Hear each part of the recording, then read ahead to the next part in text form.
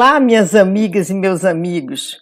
Nesse último dia do ano, eu quero desejar a todos um bom ano novo, um ano novo muito lindo, cheio de esperanças, cheio de desejos de nós termos um país melhor, sem violência, mais solidário e mais sensível para as necessidades daqueles que estão fragilizados, para que todos tenham comida no prato, que tenham qualidade de vida suficiente para nós termos um país muito melhor do que nós tivemos esse ano todo.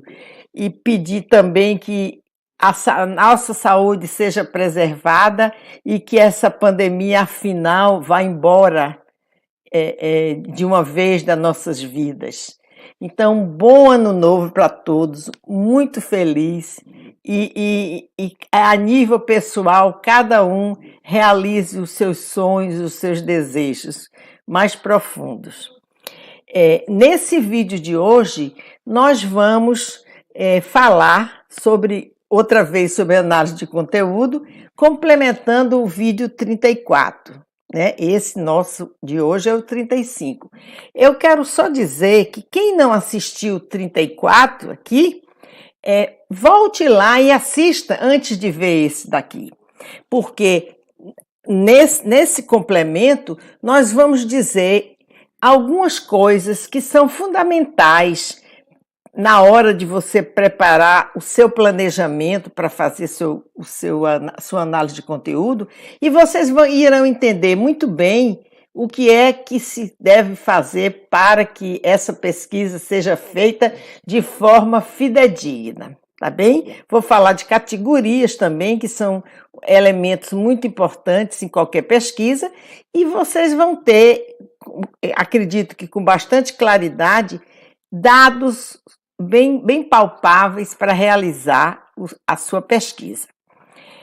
Também quero agradecer a todos que estiveram aqui esse ano comigo e que me prestigiaram, me deram apoio, e quero pedir que, por favor, transmitam para os seus amigos, para os seus parentes, para todas as pessoas que se interessam por metodologia ou que precisam saber um pouco de metodologia, também aqueles que gostam de se informar e de ouvir uma opinião de uma professora de tantos anos sobre alguns temas do nosso cotidiano, e dizer a vocês que esse apoio é fundamental. Que venham mais pessoas, transmitam para as pessoas, que venham mais pessoas se inscrever aqui no canal, para que nós tenhamos uma propagação melhor e possamos realizar o nosso trabalho, que é fundamentalmente, simplesmente transmitir conhecimento. Aquele conhecimento que eu acumulei durante tantos anos e que gostaria que mais e mais gente pudesse receber esse conhecimento. Muito obrigada e vamos para o nosso vídeo. Necessita. Olha, conforme eu falei, nós temos várias maneiras de entender um texto, observando exatamente o que esse texto pretendia comunicar, né? E você pode escolher para analisar de vários aspectos diferentes. Por exemplo, você pode pensar em observar o emissor ou o autor, o produtor do texto, né? Exatamente entendendo os seus contextos e as finalidades, os efeitos que esse emissor pretendia disseminar com esse texto. Que tipo de efeitos ele queria causar nos receptores, né, produzindo aquele texto. Então, esse é um tipo de objetivo muito, muito importante, porque você vai analisar o produtor, o emissor, uma das pontas da comunicação, né? É o emissor que é aquele que desencadeia todo o processo, né, de comunicação. Segundo, você terá que conhecer o contexto onde se realizou toda essa produção. E você vai verificar as circunstâncias, né, daquele contexto, os elementos predominantes naquele contexto, elementos que podem ser sociais, políticos, econômicos, históricos, certo? Então, isso é uma coisa que também poderá ser analisada e deverá, se a sua finalidade é uma leitura mais profunda daquele texto. A terceira coisa que você pode se deter a investigar é a mensagem propriamente dita, né? Lendo esta mensagem, verificando com quais elementos ela foi construída para comunicar alguma coisa a alguém, né? Então, é a leitura da mensagem. A quarta coisa poderia ser você visar o receptor, tá? Simplesmente o receptor. Quem são esses indivíduos? Quem são essas audiências que vão receber aquela mensagem produzida pelo emissor? Né? Ora, esse receptor ele poderá ser visto e ser analisado de várias formas, não é? Você poderá ver as características dele, né? Em termos de classe social, de nível educacional, por exemplo, né? O seu entorno social, as suas crenças políticas e religiosas, por exemplo, e outros aspectos que podem contribuir frontalmente para a recepção do texto. Porque se você tem umas circunstâncias pessoais do receptor diferenciadas, eles poderão receber de forma diferente a mensagem que é enviada para eles. Também, dependendo do contexto exterior onde ele se localiza, ele poderá também receber de uma maneira ou de outra, ser influenciado, por exemplo, ou não ser influenciado pelo texto. E outra coisa seria, aí dentro exatamente da leitura da mensagem, né, você vai estudar a construção dela, analisando seus códigos, seu estilo, a estrutura da linguagem e outras características do meio pelo qual a mensagem é transmitida. Isso é uma observação de Moraes, 1999. Porque, vejam bem, essa mensagem, ela tem. Se você vai fazer uma análise dos seus códigos, do seu estilo, né, literário, por exemplo, a estrutura da linguagem que é utilizada, as frases, as palavras, os adjetivos, etc. E também as características do meio onde ela é emitida, por exemplo, através de um texto de áudio, você vai analisar a rádio que está emitindo aquilo, né, o rádio. Se você está analisando um filme, ele é emitido por outro meio, que é exatamente o cinema. Então, e ele vai ter características diferenciadas daquele texto somente de áudio, né? Somente oral, que você recebe. Então, é importante, diz Moraes, que você analise e registre exatamente como a mensagem é construída, né? E qual é o meio que a emitiu, né? Ora, vocês estão vendo aqui que no aspecto de construção de mensagem, também você vai confluir a análise de conteúdo com a análise de discurso também aí, né? No momento que você está verificando, está obtendo códigos, estilo, estrutura de linguagem, também isso faz parte de uma análise de discurso, poderá fazer, entendeu? Como eu digo que há uma imbricação muito próxima e muito grande entre as duas técnicas. Bem, uma das coisas que eu tenho que reforçar aqui para vocês, que quero que vocês gravem, que vocês entendam exatamente o que precisa, é a questão das categorias, né? O que são as categorias? Elas são os elementos que você cria, que você define a partir do que você deseja, a partir do planejamento que você fez.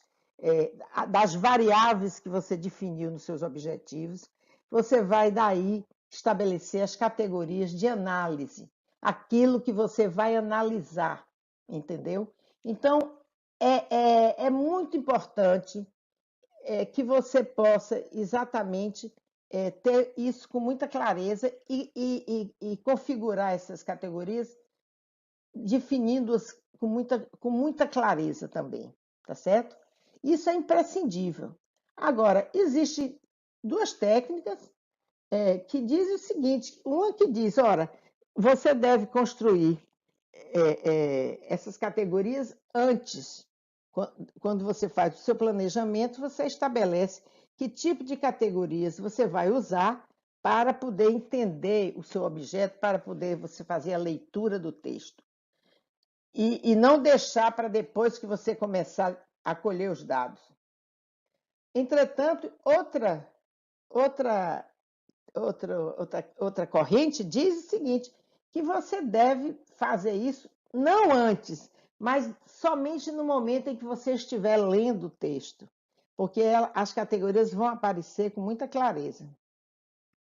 Entretanto, eu opto por um meio termo, e nesse aspecto eu sigo a Bardin, que diz, ora, você pode estabelecer e deve algumas categorias aí, partindo dos seus objetivos, e durante o processo de coleta de dados, de leitura daquele texto, você vai verificando que surgem outras categorias.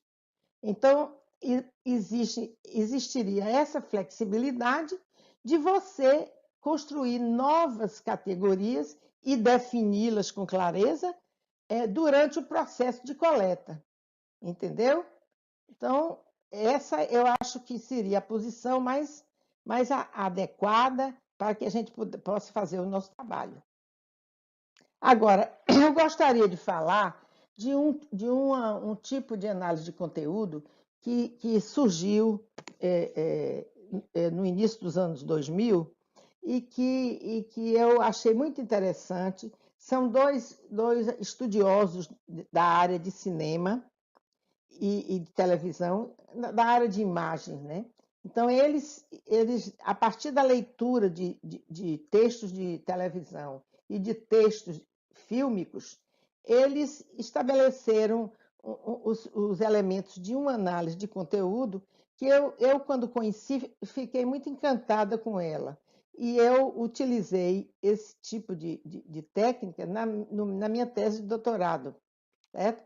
Então, eles dizem o seguinte, além de focar no significado das mensagens, né? Eles vão nessa linha, essa forma de pesquisa também pode produzir dados numéricos, certo? Entretanto, esses dados não são muito significativos na pesquisa que ele vai fazer. Simplesmente, eles vão estabelecer modelos, entendeu? Por exemplo, se eu vou verificar que foi utilizada determinadas tomadas de cena, né?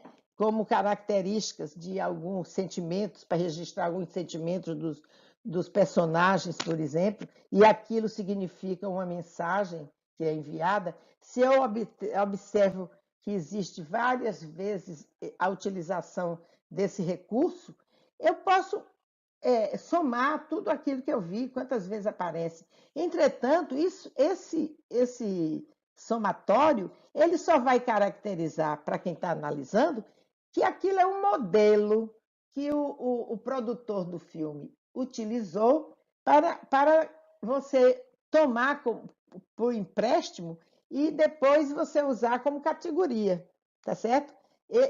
Ela não vai explicar a incidência de vezes que aparece, não tem sentido. Apenas ele usou aquele modelo com uma finalidade explicativa, tá certo? Uma finalidade interpretativa. Agora, como é que ele compõe a sua técnica? É o seguinte, primeiro, ele usa unidades de classificação que não fazem uma correlação linguística. Então, ele não simplesmente você vai dizer que o adjetivo está ali para dar realce àquilo ali, ou algumas atitudes dos personagens estão ali para dar realce. Não, você vai criar umas unidades de classificação de acordo com os objetivos que você estabeleceu no seu planejamento, certo? Não é uma análise de correlação linguística. Outra coisa, os sentidos das palavras é que são significativos, é que são importantes, né? E não simplesmente quantas vezes aquilo ali aparece, né? Esse sentido aparece quantas vezes ali. Por exemplo, eu estou querendo dar um recado político, né? Naquele meu filme, e essas cenas elas vão mostrar esse sentido que estou querendo dar. Então, para mim, não importa quantas vezes eu utilizei o recurso, aquele recurso para mostrar isso. Me interessa dizer que isso foi utilizado e que isso, o sentido que o autor quis dar foi esse específico. Entenderam? Outra coisa, você vai ler não simplesmente as palavras, não é uma análise linguística, não é uma análise de discurso. Você vai ler todos os elementos que o texto lhe mostra, tá? E que são relacionados entre si, correto? Então, isso é uma coisa mais ampla, não é simplesmente você restringir a análise de palavras, de formas como a frase é feita. Não.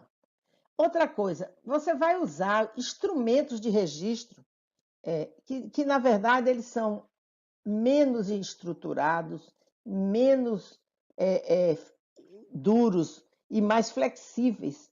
E que, na verdade, como eu já disse, podem surgir durante a leitura que você vai fazer. O importante é o seguinte, a clareza de como você vai definir esses elementos, tá certo? Porque exatamente os instrumentos de registro são as categorias que eu falei. Então aqui você vai, porque na verdade, se você percebe durante a sua pesquisa um tal tipo de categoria aparece ali, muito claro, com muita clareza, e que você não pensou antes, quando você fez seu planejamento, você não incluiu essa categoria, use-a, porque isso é uma coisa mais rica, isso fica mais completo. Você não pode deixar de lado aquilo que você viu. É a mesma coisa quando a gente está, por exemplo, fazendo uma pesquisa quantitativa, que é algo que é muito estabelecido e muito estruturado, porque a gente faz um questionário com as perguntas, por exemplo, as perguntas fechadas, dando opções de resposta para quem vai responder, e, na verdade, no momento lá, você nota que há um comportamento de quem está respondendo que merece um registro, né? E que pode modificar a fala de quem tá ali respondendo. Então, você não pode deixar passar isso, você vai registrar naquele questionário que o indivíduo teve tal e tal atitude e que disse tal e tal coisa que poderá se chocar com as respostas que ele escolheu e definiu. Então, é exatamente aqui. É isso. A pesquisa é uma coisa aberta. Você tem que estar com os seus sentidos todos muito fortemente alertas para poder perceber todas as nuances que aparecem para você. Também na leitura dos textos é a mesma coisa. Entenderam vocês? O que vocês têm que entender é somente o seguinte: ora, eu posso dizer o que eu acho?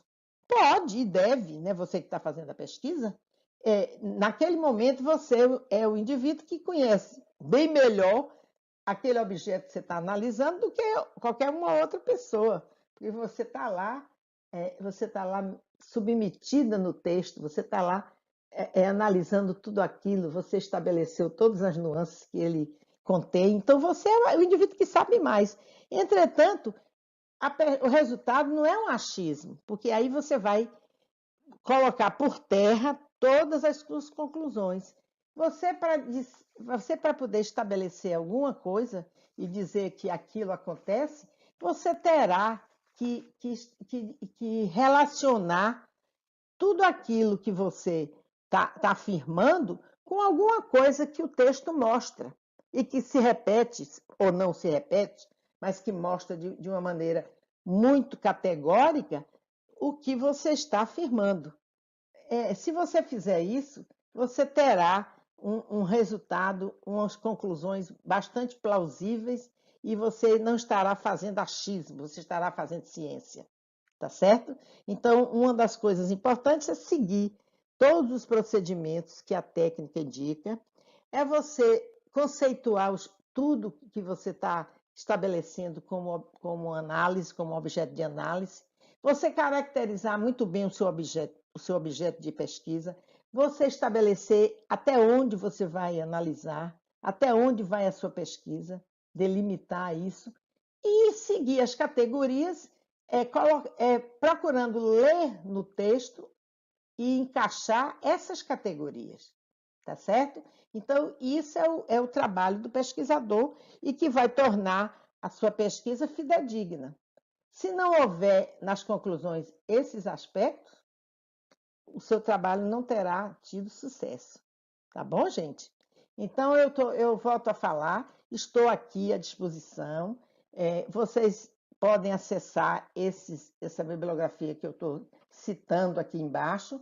Se tiverem dúvidas, não se neguem a me fazer uma comunicação através dos comentários, através dos meus elementos de contato aí, que também vão ficar embaixo no vídeo, e eu procurarei atender a todo mundo, tá bom?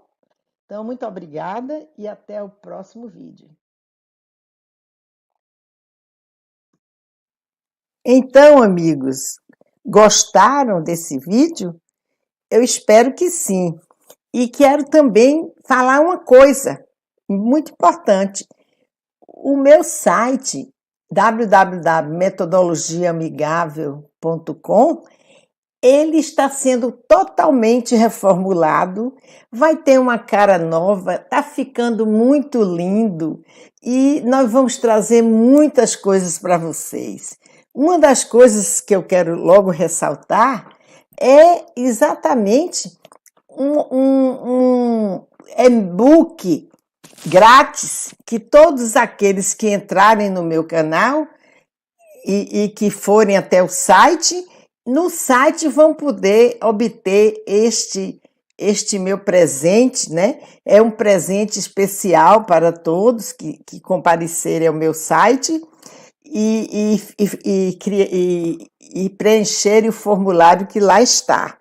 Então, eu vou ter mais materiais acessíveis para todos, tudo linkado para que vocês possam ter acesso e também outras novidades que eu vou falar no próximo vídeo, tá bom?